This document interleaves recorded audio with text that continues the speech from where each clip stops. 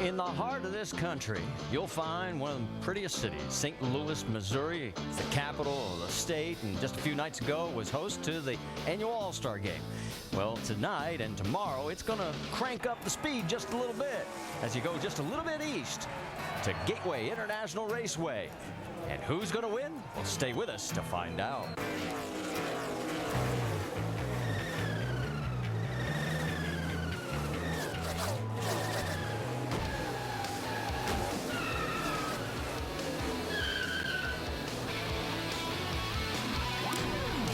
And if you head east from that beautiful Gateway Arch, you just find Madison, Illinois, across the Mississippi River, and that's where you'll find Gateway International Raceway. And we're here for stop number 19 of the 2009 Nationwide Series Tour.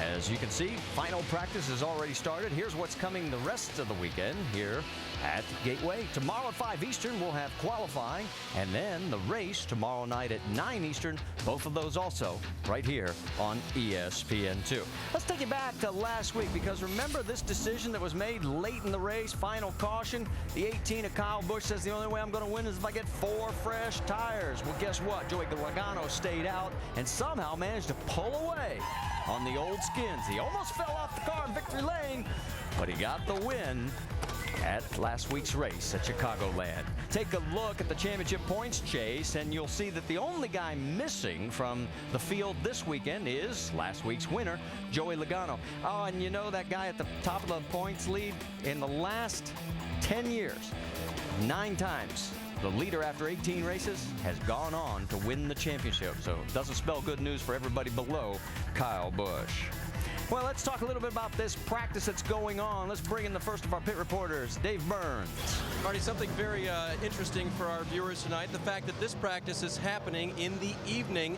When it ends, the final practice session, it'll be very close to the time that tomorrow night's race starts. That's a luxury these crews often don't have. Many times, they work in the heat of the day to try to tune these cars and then have to sort of guess as to what the conditions will be like for the start of the race. Today, it's 1-to-1, and the crews and crew chiefs can tune their cars to exact race conditions. As one crew chief told me, this is the way it should be. Marty? All right, thanks, Dave. As you can see, the sun setting off into the distance. You know, we do have the last 2 winners here at Gateway International Raceway in the field. Take you back to 2007 when it was Reed Sorensen. He's won here twice, and so is the man who won last year. That's right, backflip Carl Edwards took home the trophy just 1 year ago here at Gateway. With more on Reed Sorensen, let's bring in Jamie.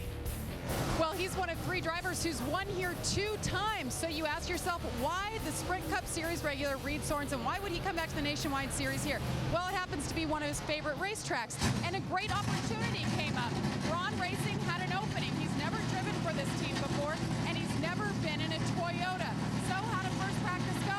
He said he was a bit tight, and it just felt different. There's a lot of changes to the car since he was last in. Of course, the tapered spacer is something he's getting used to. But right now, they're focused on making this car handle better. They're making leeway. First practice, he was 15th, looking to better that, Marty. All right, thanks, Jamie. And you saw that graphic where we normally have about between 9 and 10 Cup regulars. We've only got 4 here this week. 3 of them have won here twice. But what I want to talk to you, Rusty Wallace, is the fact that this is weather conditions we've never seen. It's normally blistering hot. Marty, it is fantastic here in St. Louis at this racetrack. There's no doubt about that. It's only about 70 degrees out there, folks. And every time I've come to St. Louis, hey, I grew up here, it's always about 100 degrees. The track is slick. It's slimy. The drivers are complaining. It's a real mess. Today, though, they're loving it. It's cool. It's dry air. The cars are really hooked up. And I really think it's going to make for a really good race because of it. Let me ask you this. Is this the great equalizer? Because nobody has a book. We've never run in these kind of conditions here. That's really a good point. It could be the great equalizer. It really could. I mean, you think about Reed Sorensen. He's won here twice. Kevin Harvick's won here twice. Carl Edwards has dominated here. He's won here twice. But you know what? Big deal. This temperature might bring everybody together. We might see a first-time winner. All right, we've got 2 in-race reporters, Brendan Gaughan and Stephen Wallace, his drivers. And unfortunately you don't want to watch this, Rusty. This was just a few moments ago here in the final practice. The 66 of Stephen Wallace coming through turn 2. Oh! Out. Into the wall, and we didn't need that. See the turn 2. Turn 2 is very, very tight here. It looks like he got loose, checked up, got in the wall.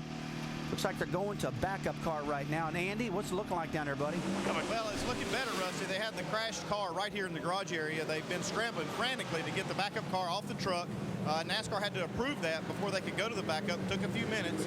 Then they were taking out the springs and shocks off the primary car. They're taking the intake and carburetor off of the primary engine and putting on this car. You can see a lot of frantic work going on here. They need to try to get this car on the track. They've got about 55 minutes left in this practice session, and they want to try to get as much as they can. On the other hand, Brendan Gaughan, our other in-race reporter, is out on the racetrack right now. He was third quick in the first practice session, and they were looking pretty good. So they're just now making their first run on the racetrack. And right now he is 13th, and you see there where he has won a Camping World Truck Series race back in 2003 right here at Gateway International, and there is Brendan out on the racetrack. So we'll keep tabs on that. In fact, Andy is going to be staying with the 66 and the 62 throughout our 1-hour practice session here as we go out on trackside and bring you up to date. You see who the fast times are across the top, and there is a picture. Look at it. It really seemed like it helped me through the braking, actually, now that I think about it. Going into 3, it controlled the front end better, where I had more stable braking zone. But off of 2 and off of 4, I lost grip. He's doing a pretty good job explaining what's going on with the car, guys. He's really talking to his crew chief, Brian Berry, about how to get this thing better. Brendan has won here before in a truck race, so he's pretty familiar with this racetrack. And one of the things I liked about him, he freely admits, he says, I don't know all the technical stuff that I need to. He says, one of the things I'm learning from Steven and being around you is there are so many different little elements that he's trying to absorb from you guys to give better feedback. Take a look at Kyle Busch. That's our first look at Kyle. And right now he is 5th fastest on the track. His best time is 33.64 seconds. That's just about 0.3 of a second off of Stephen Light, who is leading the pack right now. Now, we mentioned about the 66 going to a backup car. As we get ready to head to commercial break, let's let you know that since this happened in practice, they will be able to keep their qualifying position even though they're going to the backup car. So he still has a chance to get dialed in for tomorrow's qualifying and not have to move to the rear of the field. Stay with us. More practice from here at Gateway. NASCAR Nationwide Series Final Practice, brought to you by Aleve. Never stop moving. Back here at Gateway International, it has been a spectacular weather day. We always dread coming here from the temperature standpoint. Love the racing action. But the fastest car right now in this final practice session, you're looking at it, the 29 of Stephen Light. You'll notice on the top it has Clint Boyer's name. Remember, Boyer won at Daytona, so he won the most from the team. That was their only win for Richard Childress Racing, as he gets his name on the car for the rest of the year, even though it's shared by the 3 of them, Jeff Burton being the 3rd.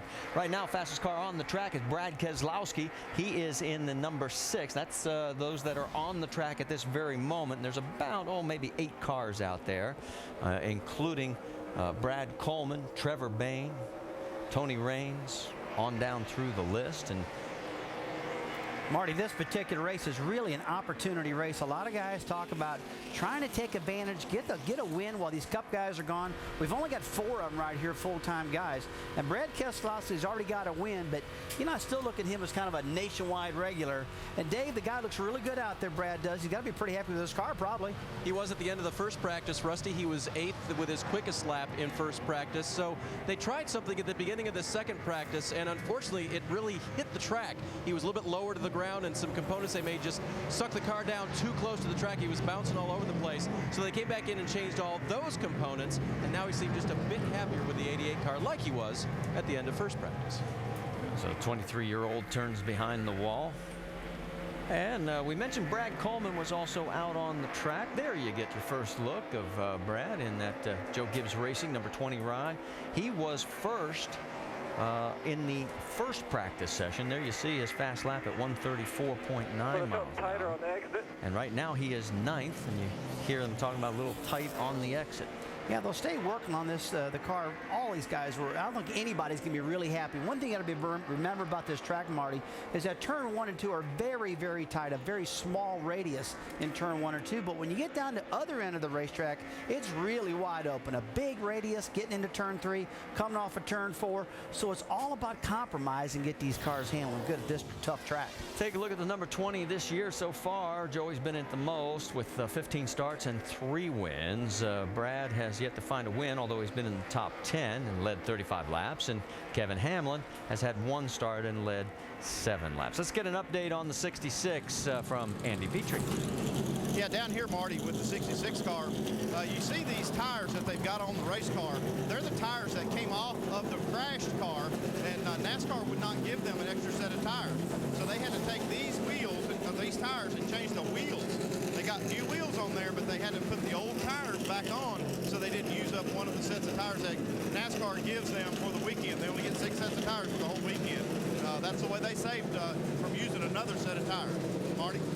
Is that NASCAR's way of saying, hey, the bottoms of the tires didn't hit the wall? Well, pretty well. I mean, I really think that they won't have a problem. The tire's okay. It just got scrubbed up on the side. Andy knows that, but it's a way that NASCAR's trying to save these teams some money, and I believe that tire's probably okay, and he'll be just fine. Looks like they got that motor fired up and they're in good shape. Take a look at the man who's 4th fastest here in the final practice. That's Jason Leffler. Boy, he has been a top 10 machine in the last, what, half a dozen or 2 dozen races. I mean, he has just been so consistent. Talked to him a little bit before the first practice session. He says, all I want is a win. He says, I'm happy, but man, I'll tell you, in 18 races, he's been in the top 10 14 times. His average finish at 9.1, and that is 99.9% of the laps run this year. That's how consistent that car's been. Tell you what, if you keep knocking out those top 10s like Jason's doing, he'll get in victory lane. And, he's got a track coming up next weekend that he's really good at, ORP in Indianapolis, and he's won there before. I guarantee he can't wait to get back to that track. But this one here is pretty similar to it also. All right, let's take a look on fast cars on the track right now. And here is the man who's fastest overall, Stephen Light.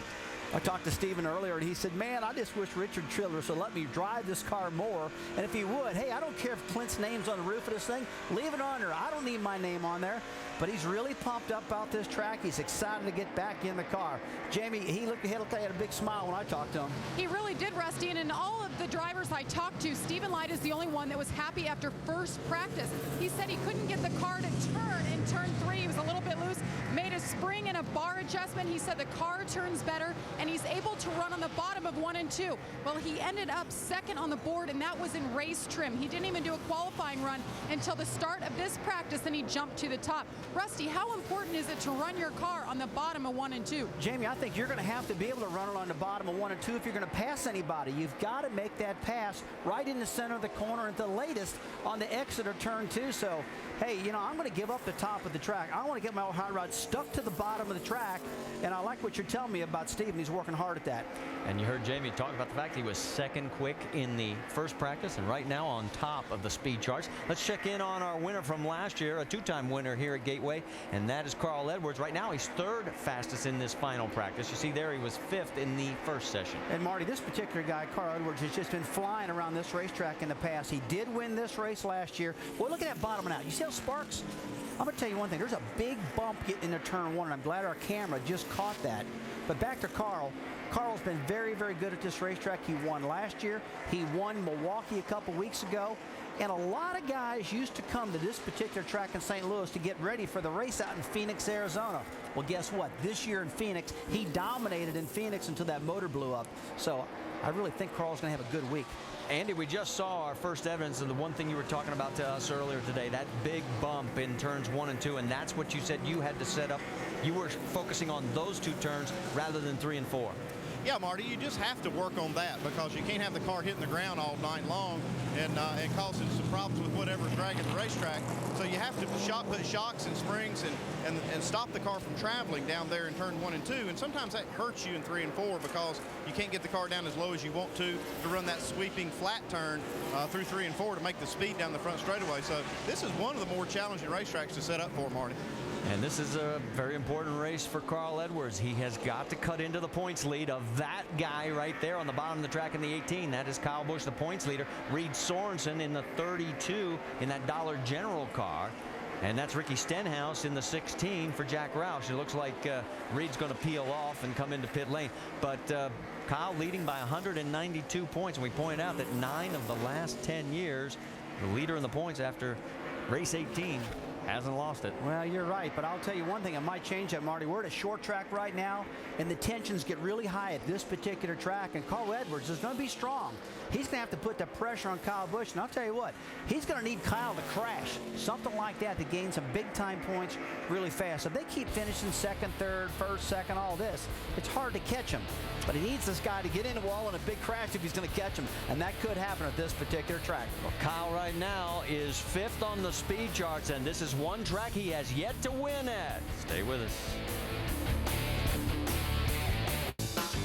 Oh, yes, St. Louis. Remember, we talked about the fact the All-Star game was held over at Busch Stadium just a few nights ago. That's the scene from outside. It is a beautiful palace of baseball. But our game, of course, is a little bit faster. As let's talk about what's coming up on the motorsports calendar. Remind you tomorrow that qualifying will be on ESPN2 at 5 Eastern, and then we'll have the race at 9 Eastern on ESPN2. Now tomorrow, squeezed in between, will be qualifying from Seattle in the NHRA. It's 7 Eastern, and then the finals will be Sunday night, 9 Eastern, also on ESPN2. And then the Traxxas Torque Truck Series presented by AMSOIL, that comes on Sunday at 11:30 a.m. Eastern, also on ESPN2. Second fastest on the track is Mike Bliss, and you're on board with him. Hey, Mike Bliss, I watched him this year at Richmond, Virginia. He dominated that race. And this particular track, they're running almost the same identical style tire, and the setup is awful close to Richmond. And I really expect Mike to have a good run, and right now he's showing that. Second quick at the moment here at the track in St. Louis. But I talked to him after that race in Richmond, which is pretty comparable to this, and boy, he had a fast car, had a suspension piece break. Well, he has one pole here in the Truck Series. That was back in 2002.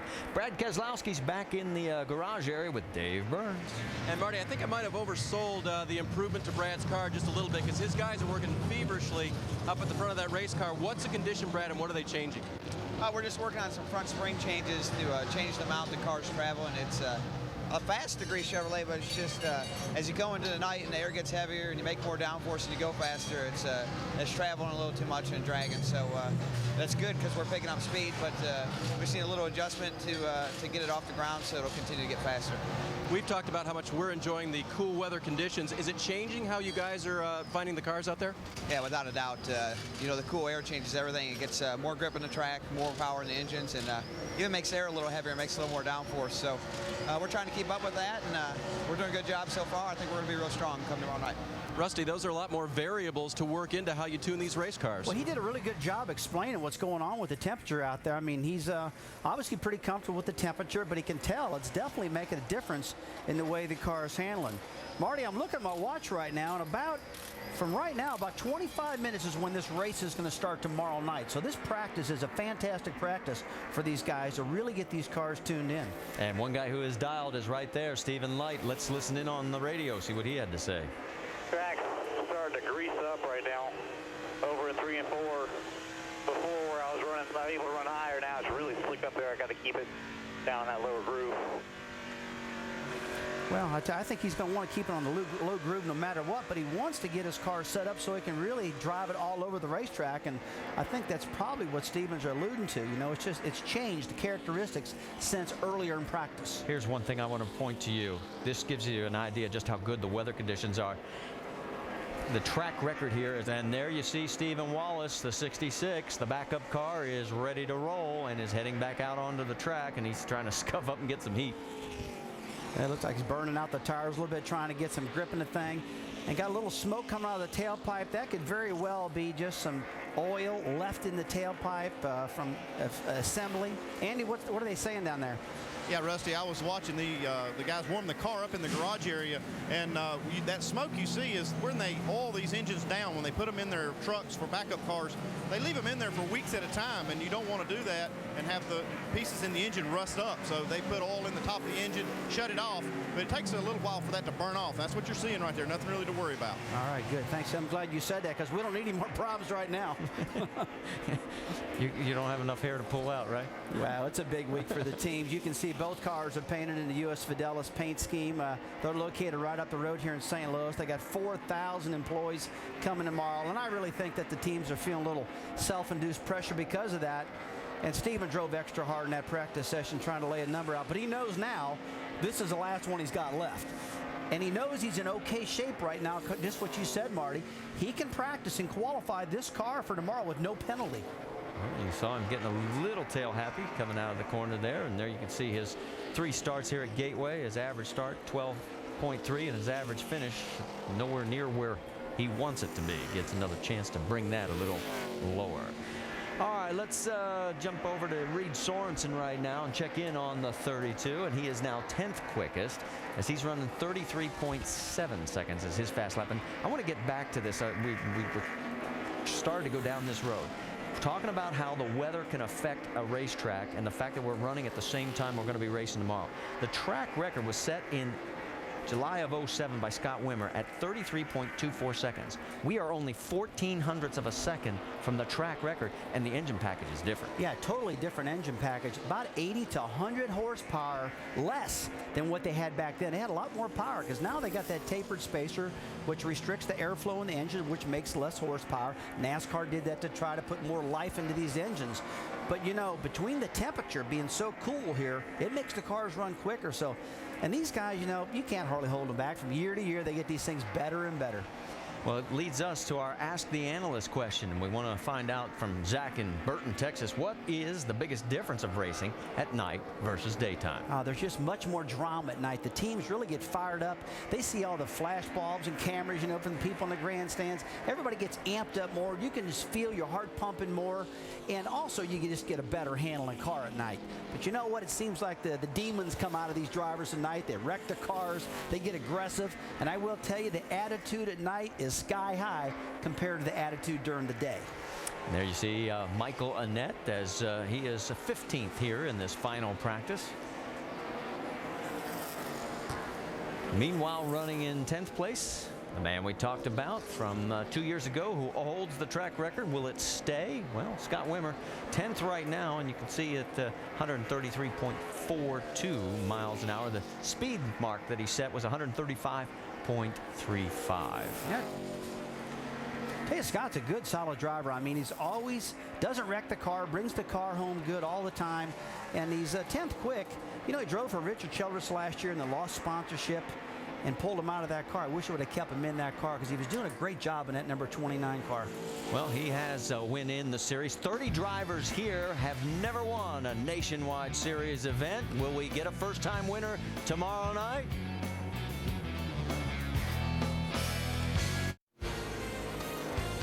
Sunday night, a special night of sports action on ESPN. First, we've got Sunday Night Baseball. It starts at a special time of 6 Eastern as the Mets face NL East rival Atlanta.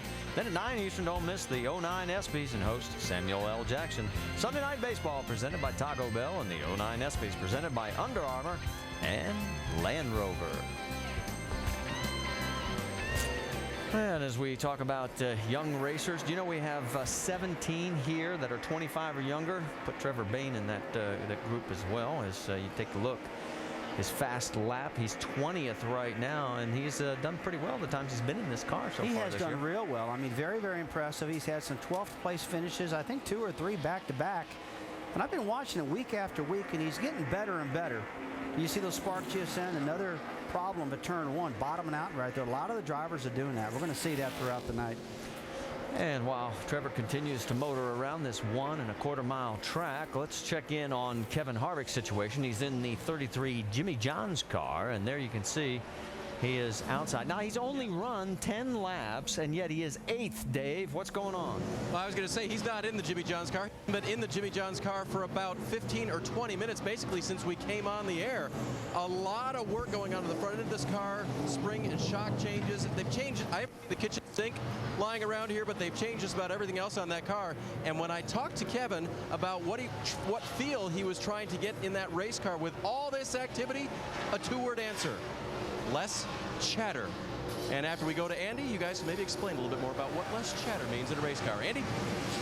Okay, Dave, we can talk about chatter too. That's just when those front tires kind of grip and turn loose and grip and slide. They create a little chatter feel the driver feels through the steering wheel.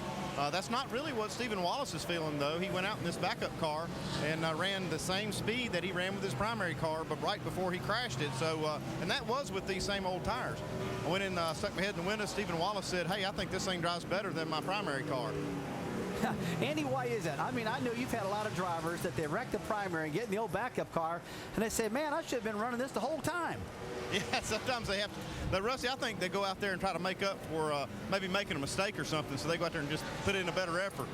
And plus, it's the only car they have, so it has to drive good, right? Everybody, we're in the middle. Trouble. Yeah, we got trouble for Jason Keller as he has tagged the wall and brought out the red flag for the practice session right now. Yeah, they're going to need to bring out the backup car. Well, he has clobbered that wall hard. That right side is tore off of that car, and that's definitely a backward, like you said there. And, you know, the problem is, guys, it's only 30 minutes to go in practice. He's going to have a tough time getting a backup now. And this happened into turn number 1. Normally, it is turn 2 where Steven tagged the wall. Let's see what happened. Let's see if this thing bottoms out and causes this problem, because it could. Oh, he just got big time loose on entry into turn 1. Real loose, lost it, and just chased it up the track. Now, that could have caused, a couple things could have caused it. He could have had too much rear brake in the car, and under braking, getting into turn 1 where it's real rough, locked the tires up and slid it in. But definitely the back end got out from underneath of it and caused this problem. Well, Jason, as he climbs out, he'll cross the $13 million mark in career winnings in the Nationwide Series by just starting the race tomorrow night, as he has been a longtime veteran here in the NASCAR Nationwide Series. And you can see the crew already back in the garage area getting ready to haul out the backup car. Stay with us. We still got about 28 minutes of practice here at Gateway.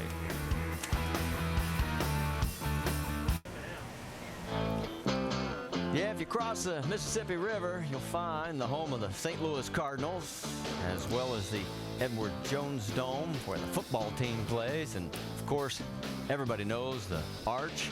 There's the dome, as we are just on the other side, just a little bit east of the river. And in Madison, Illinois, we're under a red flag condition after Jason Keller got into the wall. You grew up, what, 15 miles southwest of St. Louis? Yeah, I grew up in a little city called Arnold, Missouri, about 15 miles southwest of the track right here. And kind of sleepy little town. Let's take another look at this crash and see what actually happened in this car. It looks like it just got loose to me, but let's take another look here. Here he is going down into turn 1 right now. Kept the car pretty far out against the wall. Pretty late entry, I call it. Arced it off the wall, and when he come off the wall, that thing just turned around, and that was it.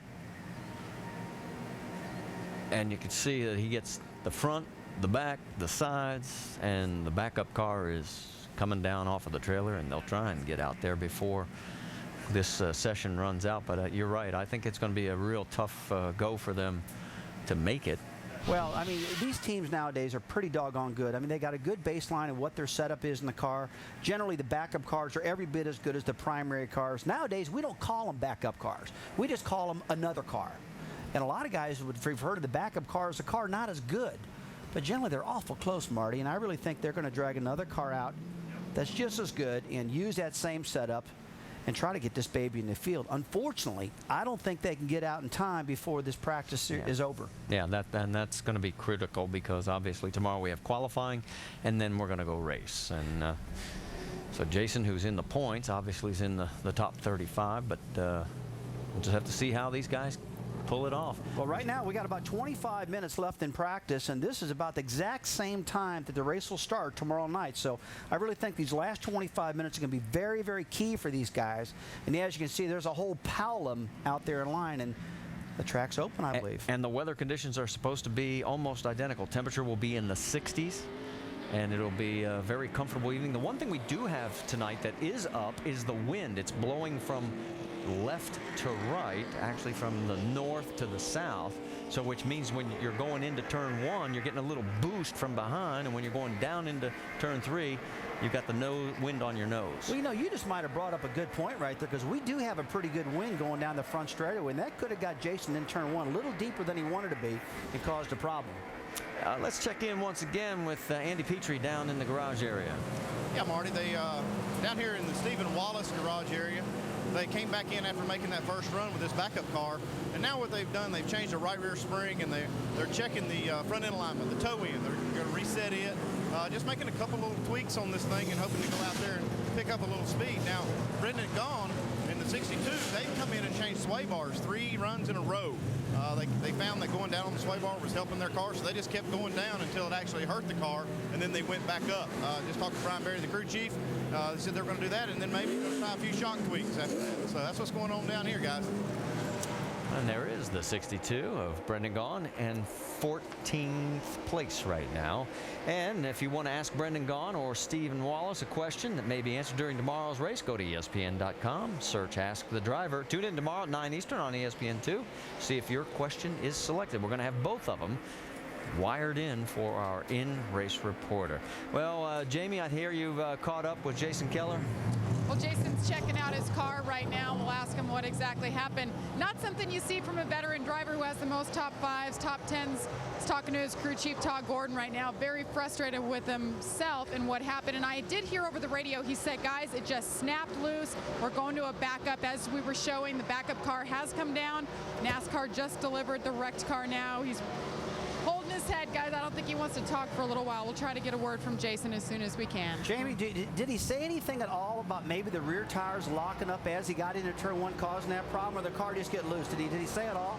Rusty, the only thing he said was the car just snapped loose, but I did hear earlier when the wind was picking up, drivers weren't sure what to think of it. They thought it was a motor problem because the wind was so strong. Perhaps that was part of the issue. So I'll ask Jason and get back to you on that. Well, he has 7 top 5 finishes in 11 races here at Gateway. His best has been second twice. And let's take one more look. Yeah, right out against the wall. A late entry into 1. You see the back end just get up from underneath of it. Hits the right rear corner first. Ooh, gets a right front end to it. Body slaps it, we call it. And got to go to the backup when that happens, because that was just too hard a hit.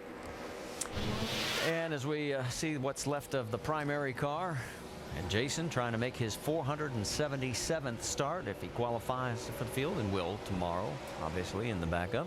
Let's go back out where business is picking up at the old Gateway International Raceway. Look at how many cars are out there right now as everybody's trying to take advantage of the last few minutes, as we're down to about the last 20 to go. Yeah, they got a lot of cars on the track right now, and it actually looks like a race. You see Stephen Light right there.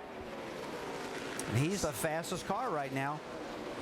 So he is leading just by about, a 1/10 of a second over Mike Bliss. And Bliss had a moment a while back, but managed to save it, keep it off the wall. We were watching during one of our commercial breaks.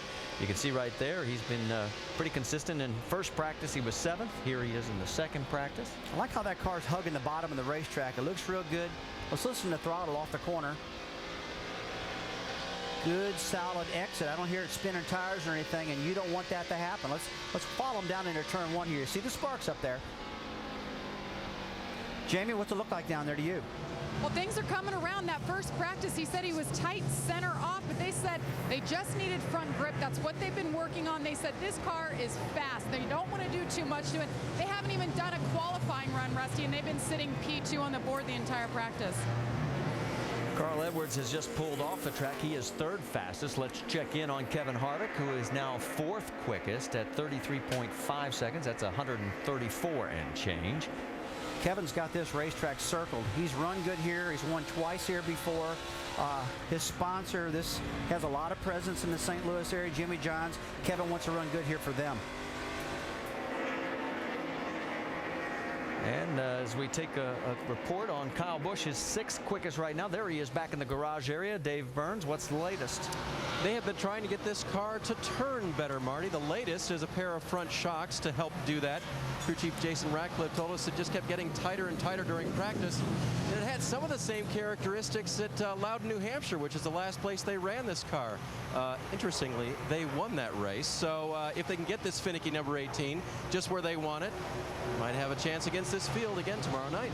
Well, Joe Gibbs Racing has 36 nationwide wins on 18 different tracks, but have never won here at Gateway, at least not yet. Take a look at Brad Keselowski. He is now running 7th quickest at 33.6 seconds. You can see how that translated into speed. He's got a good speed going on right now, and just like we said, with about 15 to 20 minutes left in practice. I really don't pay a lot of attention to speed. I like to see how the car looks on the track and hear what the driver's got to say. And right now, Brad's car looks pretty stable. I don't like how high the nose is going down the straightaway, Marty. I think you just noticed that also. Looks like Carl Edwards and some other guys a little bit lower. Maybe Brad's coming in right now. Maybe he's going to work on that. But that's the big thing I noticed different about this car. I need to hug the bottom better. Needs to hug the bottom better. Well, Justin Allgaier, who is 8th on the charts, is behind the wall right now getting some service. Jason Keller's 9th quickest, and we already know what's happened there. Let's check in on Brad Coleman. He was fastest in our first practice, but right now that's only good for 10th at 133.5. Well, I got a feeling that in a little bit here that you're going to see a whole host of cars lining up to do qualifying attempts, because we got like 15 to 18 minutes left here in practice, and so that'll happen. And then the speeds are really going to pick up. But look behind him, Eric Darnell driving that number 6 car that David Reagan usually drives. Eric actually had the pole at Milwaukee this year. I talked to him earlier and he said, Rusty, we tore up right front tires at Milwaukee. We fixed that now, and plus this is a different car. I really feel good about St. Louis, he told me. He says he really likes this track. Looks like he's pulling in right now to make some more adjustments, though. All right, so as Eric pulls in for a little break and a little work, that's what we're going to do as we'll step aside. But we still have about 15 more minutes of final practice as we get ready for tomorrow night's race here in St. Louis. NASCAR Nationwide Series Final Practice, brought to you by Papa John's. Get 3 medium 3-topping pizzas for only $7 each. And as you look at the state capitol building and the arch in the background, let's talk about the motorsports calendar, because tomorrow, boy, do we have a full day for you. We're going to start off at 5 Eastern. All this is on ESPN2. 5 Eastern, we'll have qualifying. At 9 Eastern, we'll have the race right here from Gateway. In between, we'll have Northwest Nationals qualifying at the NHRA event, 7 Eastern, and then their finals will be Sunday night at 9 Eastern on ESPN2. And then the Traxxas Torque Truck Series presented by AMSOIL, that's Sunday morning at 11:30 a.m. Eastern, also here on ESPN2. So you're going to have a big day, especially tomorrow, as we come back trackside with just a few minutes left here, as you take a look at Carl Edwards, still 3rd on the speed charts. Dave, what's the latest you're hearing?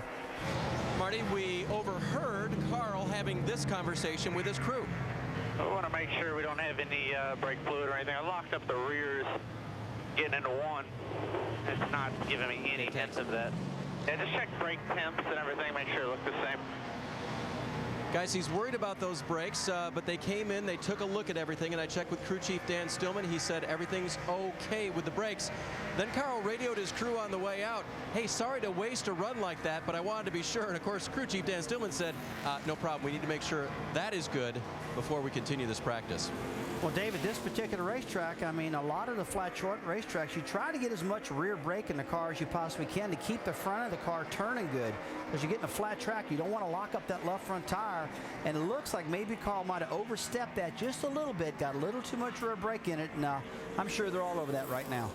Well, he's had 5 starts here at Gateway International Raceway, and he's picked up 2 wins, one of 3 drivers in the field that have a pair of wins here. They're the only 3 former winners in this field. 3 top 5s, a 9.8 average finish. Let's check in with Jamie Little. What have you got cooking in your end of the garage? Well, Marty, you know we're talking about how many young drivers in the field, how many young winners have been here. Well, Justin Allgaier in the 12, he's 23, and he's the fastest rookie on the track right now, sitting 8th. Now, before he got in the car, he told me that the balance just wasn't right with this car. He didn't want to compromise 1 and 2 for 3 and 4 and vice versa, which we're hearing a lot of. So they were looking for a better balance. So they came into this practice, totally different setup, and one major adjustment they did make was they unhooked the rear bar. Now let's go over to our expert, Andy Petrie. Andy, can you explain what that does exactly? Yeah, Jamie, all the race cars have a front sway bar and a real big one at that. They put these bars in them to keep them from rolling over. On tracks that are under 1.5 miles, NASCAR also allows the teams to put a rear sway bar on. Some guys try to run it, some guys don't. It gives the car a little different feel. It helps the car turn, but it can also cause some other problems that are not good. So I'm sure there's teams out there experimenting with this rear sway bar on and off, and evidently that is what Justin Allgaier's team's doing now. Well, Justin, one of the 17 that are 25 years or younger. Our youngest driver is Trevor Bayne at age 18. The oldest in the field, Morgan Shepherd at 67. Marty, that turn 4 that you just saw Justin go through, that's such a wide sweeping corner compared to turn 1 where he's going into right now. And you got to get that car handling good down there, because what happens, the corner's so wide, you pick the throttle up so early, you can get loose off the corner. Let's follow along with him a second. He's coming down the back straightaway right now, getting ready to arc off in that turn 3 that I just talked about. And you can see how flat it is on entry. And look how much track he's got. It's a real wide corner. And right there, he wants to pick the throttle up. Let's listen to the motor. Hear that stabbing back in the throttle? You want to keep in the throttle as much as you can, because that really rockets you down this front straightaway, and that'll help you pass. Well, he's leading Brendan Gaughan in the Ray Bestis Rookie of the Year chase, as he is right now doing very well in the 9th position. In fact, we mentioned the rookie points. There you see, only the best 16 finishes of the season count, so it always goes down right to the stretch. You can see how close it is as we step aside.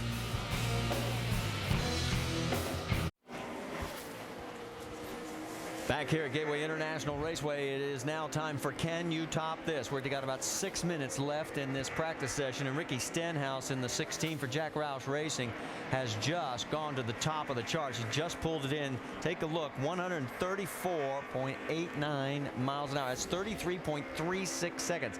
And Justin Allgaier is out there right now. He's in 11th. Yeah, it looks like Justin's in a qualifying run right now. They got about 6 minutes left in practice, and everybody's trying to get all out of the cars they possibly can. Little sparks there right on the bottom of the racetrack.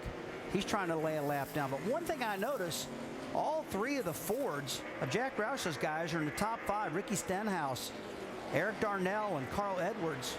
And remember, Edwards was awful fast at this racetrack, and looks like they're kind of borrowing his setup. Well, Allgaier, no help. He stays 11th after that last lap. And also out on the track is the 18 of Kyle Busch. And there he is, right behind Justin Allgaier.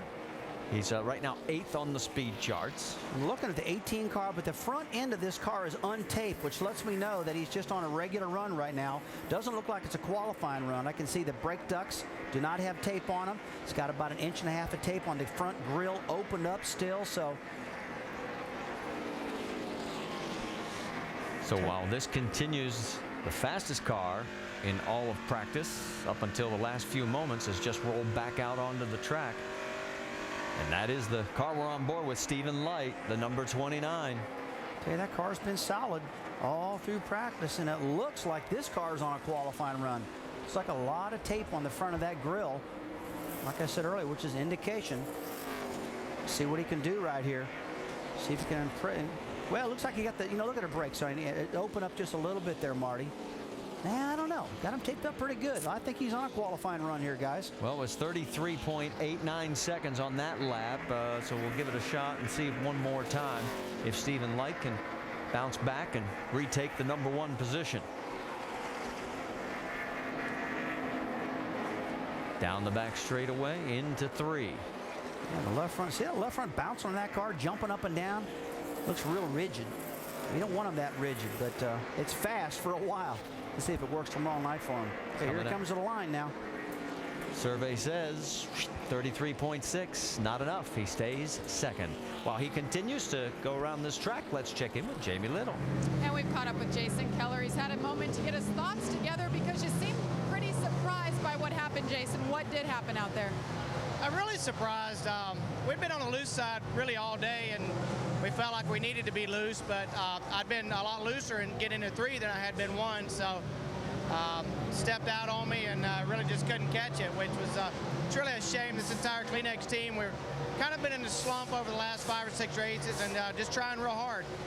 And I guess I overstepped my bounds, and we'd run some 70s right there, which was about as fast as anybody was running right there, and really felt comfortable. I didn't feel like I was driving the car too hard, but unfortunately, I guess what happened showed I was driving a little too hard. But we'll get this car back together, and you know, when you try to get yourself out of a slump, maybe you try to do some things different, but it's a great race team, and we'll do what we can. Well, the first laps will turn in this backup car will be tomorrow in qualifying. Dave? Jamie, this Jason kept his car off the wall and didn't try to best anybody with a mock qualifying lap. How was your car in the race trim tonight? Great clips. Camry's really good. Guys are doing a good job. They're making a lot of changes, you know, midweek and trying to get better. Everybody's really happy with where we're running, but the guys aren't. No one's content. So that's paying off. They just keep making everything better and better. So hopefully we'll have something for them tomorrow. Working hard and getting faster. That's racing, huh, Marty? It certainly is. And Carl Edwards has just jumped up to the top of the charts with a 33.30 second lap. That's 135 and change. So now they are 1, 2, and 4 for Jack Roush. I'll tell you, those forwards of Roush are fast Good job, tonight. guys. Good job. Might be an indication of what we're going to see tomorrow night. So Carl, window net down, mission accomplished, and he's got to be happy with his race car because there they are, first, second, and fourth for Roush Fenway Racing. Well, we're just about out of our time. The flag's going to fly just as we sign off. There's much more coming your way from St. Louis. The Nationwide Series qualifying tomorrow at 5 Eastern on ESPN2, and then the race will be at 9 Eastern, again right here on ESPN2. Coming up next, Friday Night Fights presented by Just for Men Hair Color. As we get ready to step aside, we'll remind you that this has been a presentation of ESPN, the worldwide leader in sports. Hope you've enjoyed our time with us. I'm sure Steven and Rusty didn't enjoy that moment, and neither did Jason Keller on this, but they'll be back tomorrow, and so will we. So for our entire ESPN crew, I'm Marty Reed. Till we meet again.